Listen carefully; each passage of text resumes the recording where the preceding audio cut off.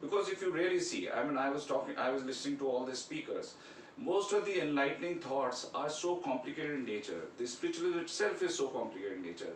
Whereas the multitude of the people are like teemings of millions of people who are illiterate, who can't read even A. Now, if that is the majority of the people, then how do you reach out in a simple format? Now, I'm not saying that these are not important things, Mooladhar, but look at you ask the common man, for him the biggest challenge is survival. So how do you bring the virtues in a society which is so primitive in its thoughts, and their only challenge is to keep the body and soul intact? So that's a real challenge. Now what is happening is the elitism, the spiritualism is becoming a very elitistic kind of a concept. Only religion is trying to prevent as a taboo from doing any sinful things, कि अगर आपने इस जन्म में कुछ गलत काम किए तो अगले जन्म में आपको उसको आपको पनिशमेंट मिलेगा। तो ये एक जो एक ऐसा सूत्र है जिससे हो सकता है समाज के अंदर एक प्रकार का रेगुलेटर या ब्रेक्स की तरह काम कर रहा हो। आप तो खुद ही आपने अद्वैत में और शंकराचार्य जी के ऊपर आप खुद ही आपने पीएचडी करी है, तो आप समझ सकती हैं कि किस प्रकार कितना कॉम्प्लिकेटेड है, उसको जनता तक पहुंचाना कितनी बड़ी चुनौती है।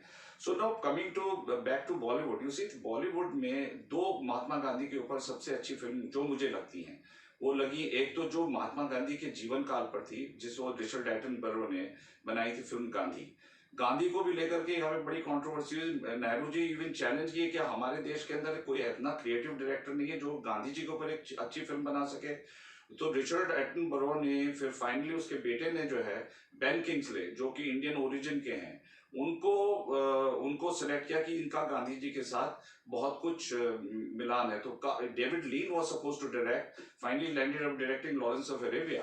And then what happened was that finally Richard Attenborough, I think, created one of the best films which got a large number of Academy Awards, Oscar Awards. I think it was a co-production between India and so that brought Gandhi back onto the landscape, on the global landscape. So that's a great contribution. Unfortunately, we should have made it, but the Western again took over.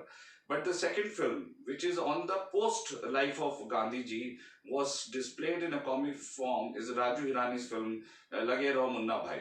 No Lage Raho Munna भाई में मैंने जिस तरह के उसके अंदर जिस तरह से सीन उन्होंने कन्वर्ट किए हैं, किस खूबसूरती के साथ उन्होंने महात्मा गांधी की प्रेरणा को किस तरह समाज के अंदर जोड़ा है, मैं समझता हूँ वो बहुत ही प्रशंसनीय है। अब आप देखिए कि उसमें एक सीन ये है कि साहब उस लड़के ने 7.5 लाख रुपए घर के उठा करके किसी बिजनेस में लगा दिए, किसी दोस्त के चक्कर में आकर के, और वो पैसे डूब गए।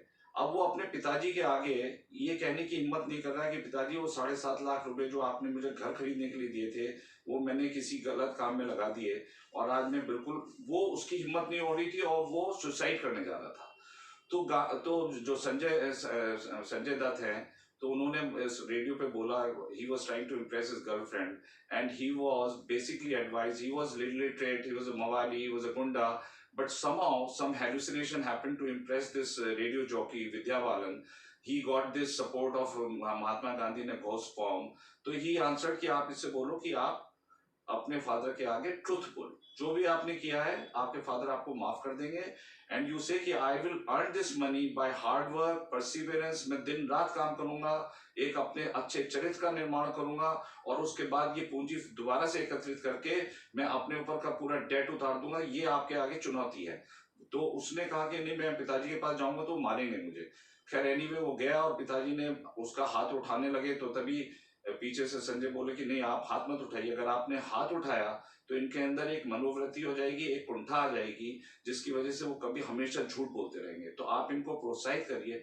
तो किस प्रकार से, मतलब उसमें कई सीन्स हैं ऐसे, जैसे उसमें सुपरस्टिशन हो, मांगलिक है लड़की, तो उसने कहा पंडित जी आपको पता है आपका आने वाला क्या होने वाला है, तो उसने बंदूक लगा दी, बोले मैं आपको 2 मिनट में खत्म करने वाला हूँ, तो आप तो कह रहे हैं कि हमें, तो इस प्रकार की उन्होंने बहुत सी ऐसी चीजें राजकुमार हिरानी ने जो जनता तक पहुंचती हैं।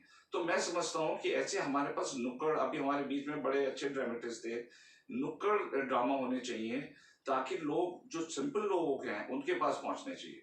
देखिए 2 प्रकार के नॉन वायलेंस होते हैं, एक तो होता है physical non-violence, which we talk about. Look at the way international wars are happening across the country.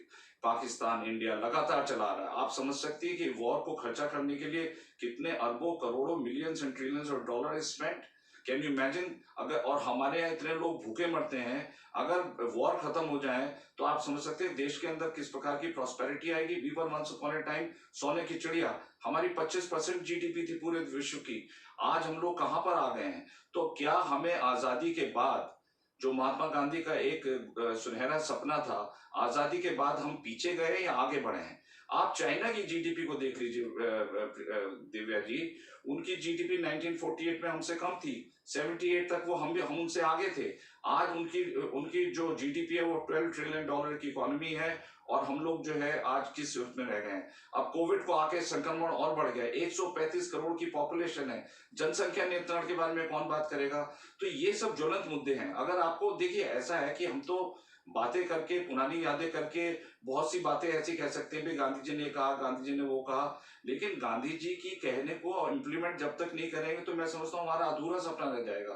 तो ये जो नए भारत, जो मोदी जी का एक आत्मनिर्भर भारत का सपना है, अगर उसको सचमुच में पूरा करना है तो हमको गांधी जी की जो फिलॉसफी है, दर्शन है, अब आप उनका एक दर्शन देखिए कितना बड़ा दर्शन है उसके ऊपर, नॉन वायलेंस के ऊपर। उनका एक तो फिजिकल वायलेंस होता है और दूसरा होता है पैसिव वायलेंस। पैसिव वायलेंस किस प्रकार का होता है कि जैसे आप एनवायरनमेंट में आप प्लास्टिक डाल रहे हैं, तो आप प्लास्टिक जो डाल रहे हैं उसका प्रभाव पूरे